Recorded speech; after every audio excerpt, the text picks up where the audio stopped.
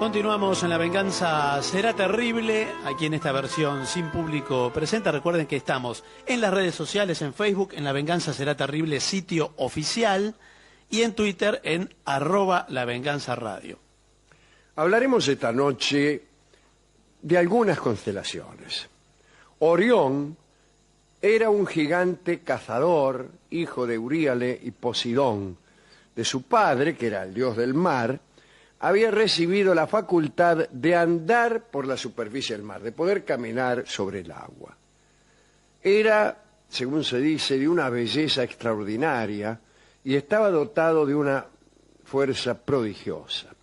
Se había casado con Cide, una dama muy hermosa, que tuvo, sin embargo, la mala idea de rivalizar con Hera, la mujer de Zeus.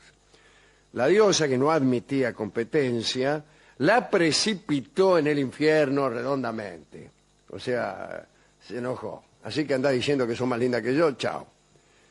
Desde entonces, Orión trató de enamorar a numerosas mujeres, pero a pesar de su belleza, era siempre rechazado. ¿Qué pasó? Qué raro, ¿eh? La suerte de la fea, la linda la desea. Y en el caso de los hombres suele ser igual.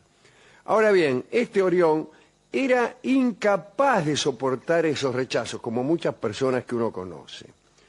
Y entonces terminaba sus encuentros atropellando a las mujeres, tratando de poseerlas de prepo. Mirá vos.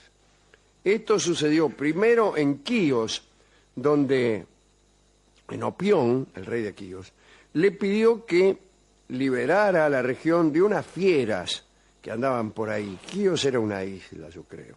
Allí, Orión se enamoró de Mérope, que era la hija de Enopión. Ni el padre ni la muchacha querían saber nada con el gigante. Y entonces Orión, borracho, trató de forzar a Mérope. Pero la muchacha supo defenderse, se escapó, y finalmente Orión fue expulsado de Quíos. Algunos dicen también que Enopión cegó a Orión cuando lo encontró durmiendo a la orilla del mar, ¿no? Según esta historia, Orión se dirigió al taller de Hefesto y se puso sobre los hombros a un niño que trabajaba allí, Sedalión, pidiéndole que lo guiara en sus movimientos de venganza. En fin, no se sabe cómo, Orión recuperó inmediatamente la vista y entonces, ya sin el niño, cuya utilidad, siendo Orión una persona vidente, era perfectamente nula, marchó tras Enopión, pero no lo pudo alcanzar porque este hombre, Enopión, rey de Quíos, padre de Mérope, se refugió en una cámara subterránea que había construido justamente el mismo Hefestos.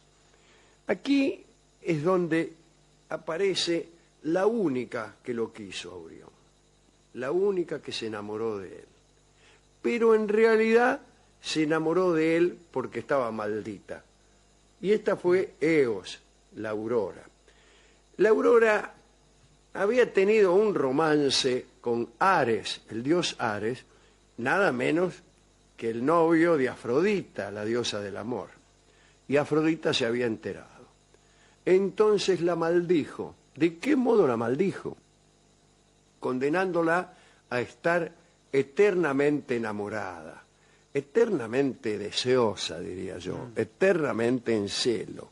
Y así estaba siempre en una actitud de acecho y cualquier colectivo la dejaba en la esquina.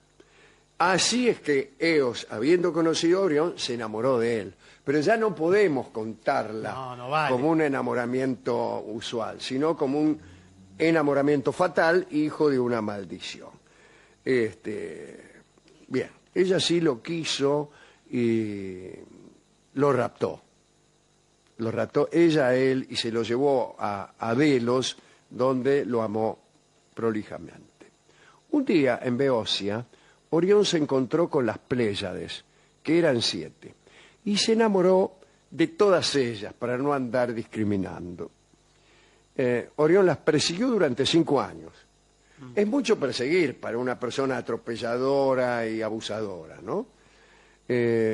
Hasta que Zeus las transformó en palomas primero y en estrellas después, todo para liberarla de un pesado como Orión. Orión también se enamoró de la virgen hiperbórea llamada Opis, que era una de las doncellas del séquito de Ártemis. Y desde luego intentó atropellarla, pero la muchacha se escabulló en unos bosques sagrados. Finalmente Orión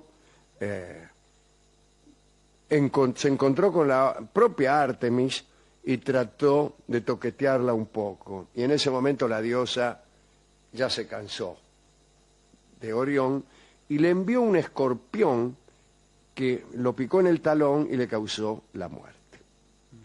En pago de este servicio, a saber, haber picado a Orión en el talón, el animal fue convertido en constelación, como si fuera algo deseable. Sí, págueme de otra manera. Lo mismo le ocurrió a Orión, que por casualidad es la más linda de todas las constelaciones, ¿no?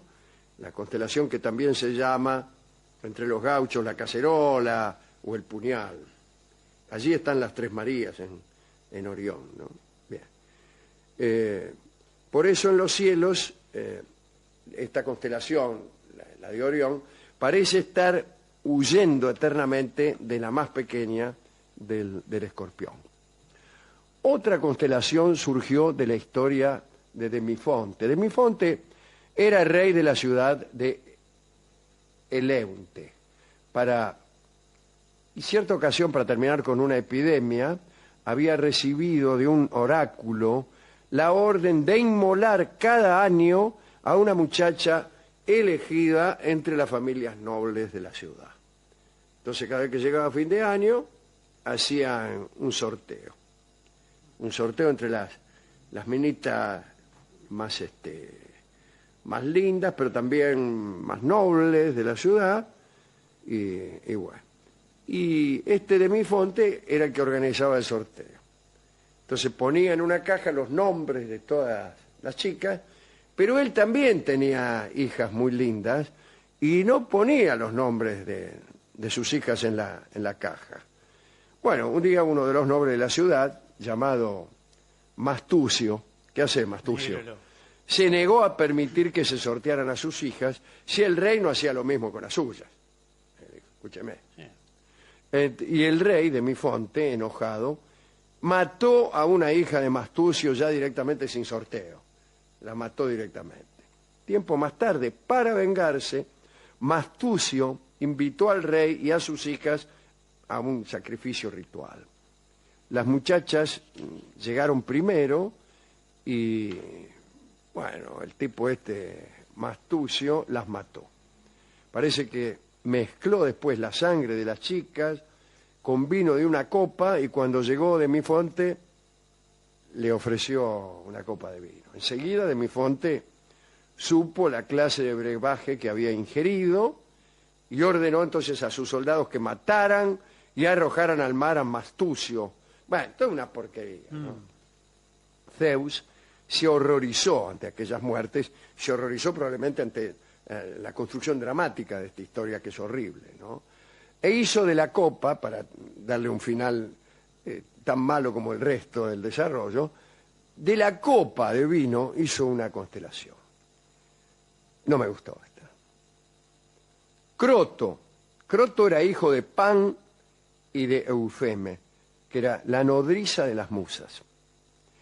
Entonces era como un hermano de leche de las muchachas y habitaba con ellas en el Helicón. Un día, para mostrarles su admiración, Croto inventó los aplausos.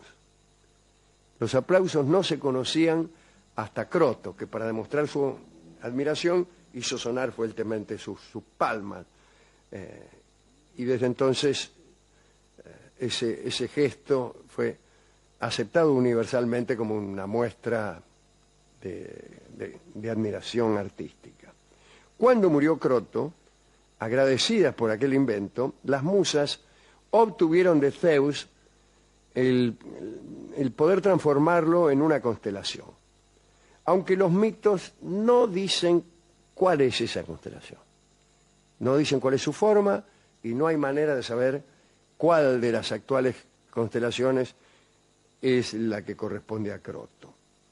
En los mitos griegos hay tantas historias de personas que se convirtieron en constelaciones que cabe suponer que antes del auge de la civilización helénica, el cielo nocturno era un negro terciopelo que los dioses fueron llenando de estrellas poco a poco. En realidad, yo podría ahora agregar otro razonamiento, y es que en realidad la constelación, como el cinematógrafo, es hija de una percepción incorrecta. Las estrellas que nosotros vemos como puntos luminosos que surgen en un negro terciopelo y que forman dibujos que pueden interpretarse poéticamente, en realidad están ubicadas en planos muy diferentes, y si nosotros las observáramos desde otro ángulo, de otro planeta o desde otra galaxia, tendrían otra forma o no tendrían forma ninguna, o muchas de esas estrellas desaparecerían y los ángulos que formarían serían completamente otros. De manera que lo que nosotros vemos como un puñal no es ni por casualidad un puñal. No existe eso, no existe, es solamente una construcción que el hombre hace a partir de una visión totalmente parcial e incorrecta. La Vía Láctea, ese inconcebible conjunto de estrellas, en uno de cuyos suburbios está ubicado nuestro Sol, era para los griegos un chorro de leche de los pechos de Hera, que fue derramado cuando ella se negó a amamantar a Heracles. Un detalle interesante. Vía Láctea, en griego se dice, ¿sabe cómo? ¿Cómo? Galaxia. Eso es Vía Láctea en griego. Bueno. Hemos ido a la discoteca y hemos solicitado al discotecario de esta emisora nueva alguna canción que ilustrara esta paradójica costumbre de los griegos de convertir en constelaciones a las personas, ¿no? Es decir, convertirlas en una percepción fantasma, en algo que no existe. Es muy raro eso, ¿no? Pero está bien. El discotecario, que no es muy proclive a las metáforas, fue literal y nos dio esta bella canción que se llama Estrellita y que ahora escucharemos en la versión de nuestro querido Juanjo Domínguez.